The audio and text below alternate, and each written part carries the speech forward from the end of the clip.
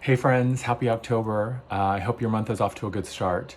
I just wanted to share a quick video with a little bit of insight that I received this morning when I was journaling.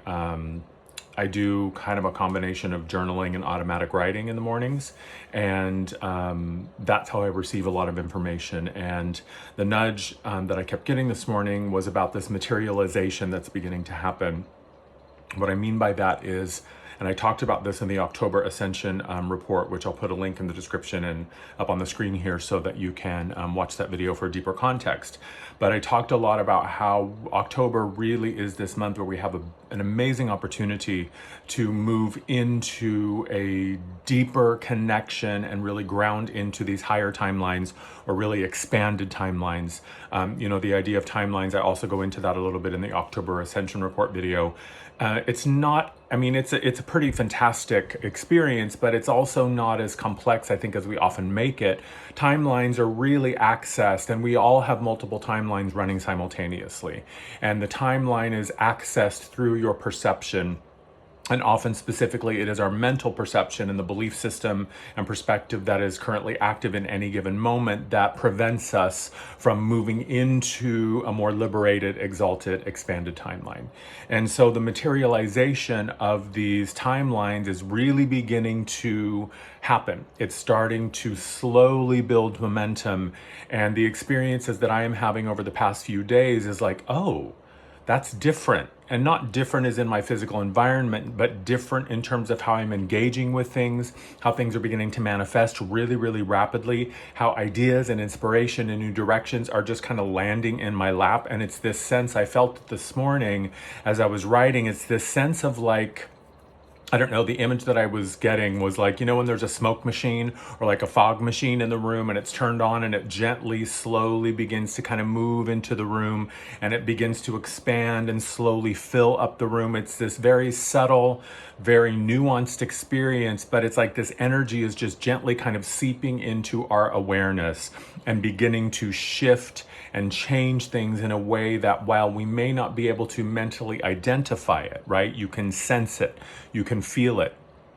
And the attempt to put it into words and the attempt to make an intellectual understanding of it or make it a mental thing is often what makes it kind of escape, right? It's like that thing when you can't remember someone's name or you can't remember a word, and the harder you try to remember, the farther away it goes. And so you just say, okay, whatever, I'm going to just move on. And then it comes to you when you're washing the dishes, or it comes to you as you're falling asleep. It just comes to you out of nowhere. So the insight that I wanted to share with you relative to this materialization process is it really is just about allowing yourself to follow that nudge, that sense of like, ooh, something feels different, something feels new, or something feels lighter or more expanded or clearer, and just feel into it using your body and your core. And if you're very connected to your energy field, you can follow your energy field, but it's not necessarily a mental thing. And in fact, when we are in the materialization process, as we begin to shift our experience of reality and what we're living, it is the mind that often holds us back. And I shared this again in the October video about how October is a month to really lean into your devotion to your daily practices that allow you to find stillness. For most of us, that's meditation or just conscious breathing, literally just closing your eyes and focusing on your breath for 5 minutes, staying out of the mind to really cultivate, nurture, and expand and essentially strengthen your connection to the layers of experience that exist outside of or beyond the mental perception.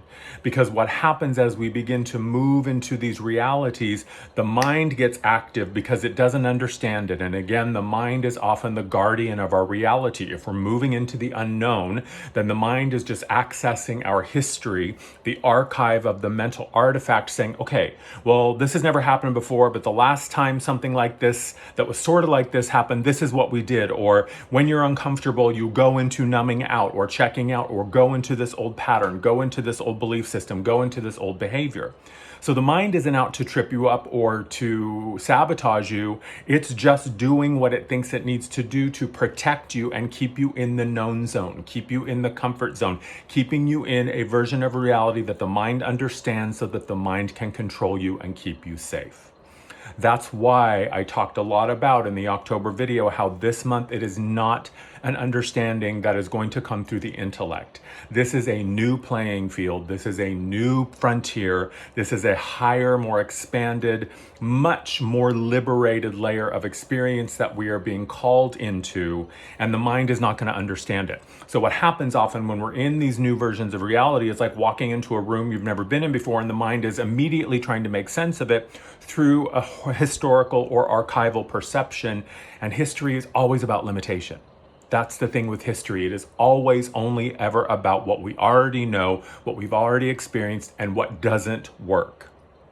So, allow the mind to actually be kind of the signal for you when you get this old story, when resistance starts to show up, when fear starts to show up, or anxiety starts to show up, especially when there's no real reason for it. That is a beautiful signifier that the mind is trying to limit something or keep it small or control it.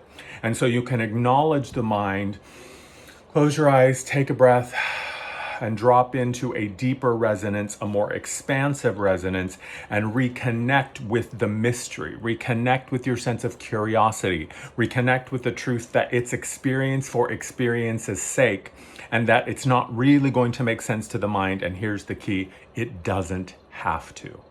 Because 99% of the time, if it makes sense to the mind and the mind understands it, it's something that we've already experienced. It's not new, it's not evolutionary, it's not revolutionary, and it's certainly not beyond our historical experience. And the mind is only ever looking to keep us locked into something familiar and comfortable. So as we begin to materialize these timelines, and as these realities begin to really densify and become real and become actual, allow the mind to have its response, but don't take the bait. Look at it and go, oh, okay, there's my little fear monster. There's my little fear monger. There's my little nervous Nelly. I see you, baby, but that's not where we're going.